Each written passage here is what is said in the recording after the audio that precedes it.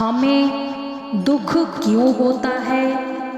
दुख एक ऐसा शब्द है जिससे सभी प्राणी दूर भागने की कोशिश करते हैं। दुख 84 लाख योनियों में किसी को भी बर्दाश्त नहीं है। दुख लेना कोई नहीं चाहता है। यह दुख एक मच्छर से लेकर हाथी तक को होता है। दुख शब्द भावना के साथ जुड़ा होता है। दुख और दर्द में भिन्नता होती है। दर्द बुद्धि के साथ जुड़ा होता है। भावना हमेशा मन, नेत्र, स्रोत और आत्मा के साथ जुड़ी होती है। जब शरीर में मन, नेत्र, स्रोत और आत्मा आहत होते हैं तो दुख का एहसास होता है।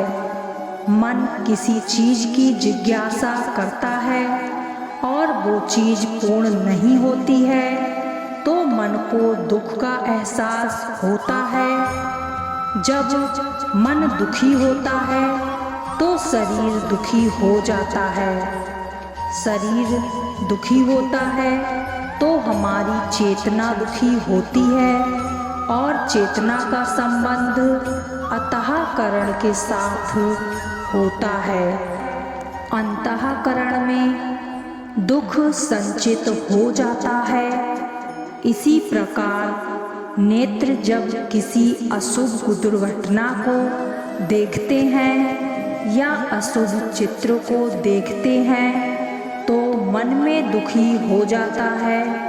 नेत्र उस चित्र को अंतःकरण को भेज देते हैं जिसके कारण दुख का एहसास होता है। जैसे आप फिल्म में कोई अशुभ सीन देखते हैं तो मन दुखी हो जाता है।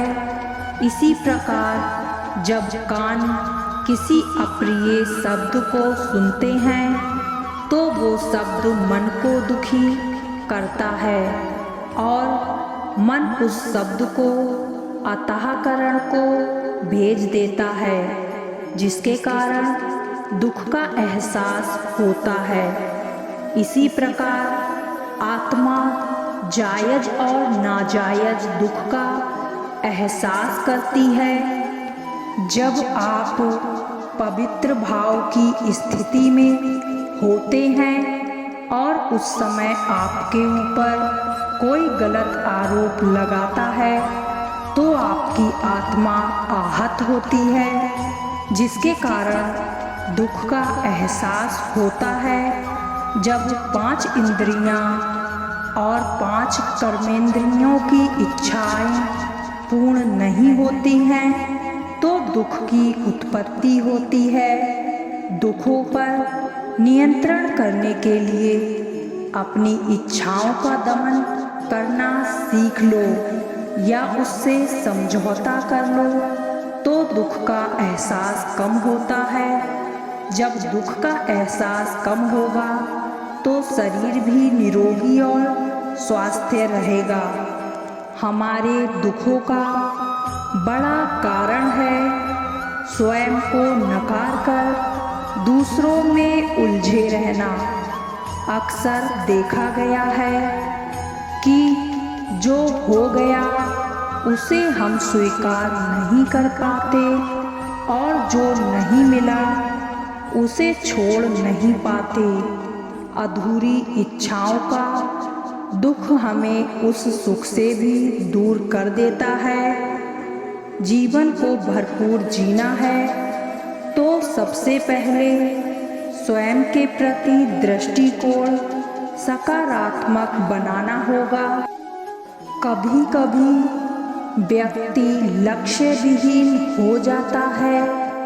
उसे कुछ सूझता ही नहीं है कि क्या करे और क्या नहीं। बहे ऊहापोह की स्थिति में रहता है। ऐसी स्थिति जीवन की प्रसन्नता को निगल जाती है। आपके आपके सकारात्मक सोच से जीवन में ऐसा परिवर्तन घटित होता है जो आपके दामन में खुशियों के फूल बरसाता है तथा जीवन में कटुता को निकालकर उसमें सुगंध भर देता है। चिंता से भागकर कभी नहीं बच सकते हैं, परंतु यदि उसके प्रति स्वयं के मानसिकता को बदला जाए तो चिंता को दूर भगाया जा सकता है। मानव दुखी क्यों है?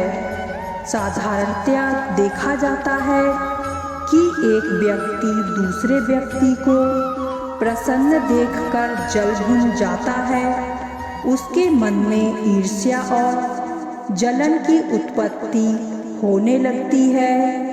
वह सोचने लगता है कि यह व्यक्ति कितना प्रसन्न है और मैं कितना दुखी हूँ। इस तरह की विचारधारा मन में कदापि ना पलने दें। दूसरे को खुश देखकर स्वयं भी खुश होने की कोशिश करें। दूसरे की खुशियों में सहभागी बने और खुशियों में ही क्यों, दूसरे के दुख में भी सहभागी बने। जहाँ तक बन पड़े दुखी व्यक्तियों की मदद करें। यह जरूरी नहीं है कि आप रुपए पैसे से ही उसकी मदद कर सकते हैं।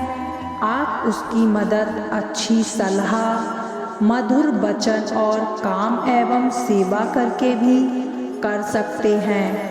आप शीघ्र ही पाएंगे कि प्रसन्नता आपके पीछे पड़ी हुई है। कई बार हम बहुत उदास हो जाते हैं और उस भगवान को कोसते कि उन्होंने हमें ऐसी जिंदगी दी ही क्यों ऐसा ही मेरे साथ होता है, मुझे ही क्यों हर बार दुख मिलता है। हम उस भगवान को ही दोषी ठहरा देते हैं कि वो गलत कर रहा है, परंतु हम यह भूल जाते हैं कि जिस भगवान ने हमें इस दुनिया में भेजा है तो किसी खास मकसद से ही भेजा होगा। और भगवान जो भी हमारे साथ करता है वो हमारे लिए सही ही होगा, क्योंकि कौन सा ऐसा पिता है जो अपने बच्चों को दुखी देखे। परंतु जब हमें अपने मन के करते तो वह कर्म बन जाते हैं और हमारे द्वारा हर एक कर्म का हिसाब किताब हमें देना पड़ता है। और इन्हीं कर्मों के हिसाब किताब से हमें दुख, रिश्ते, नाते और बाकी चीज़ें मिलती हैं। अब सवाल आता है कि मैंने तो कभी किसी का बुरा किया नहीं, फिर भी मुझे दुख ही मिलता है। क्या भगवान से कोई गलती लग गई? ना हम इंसानों से गलती हो सकती है, परंतु उस भगवान से कोई गलती नहीं होती है। हमारे सही और अच्छे कर्म करने पर भी दुख का कारण हमारे द्वारा किए गए पुराने जन्मों के कर्म हैं, जिनका भुगतान करने पर हम इंसानी जन्म में आए हैं।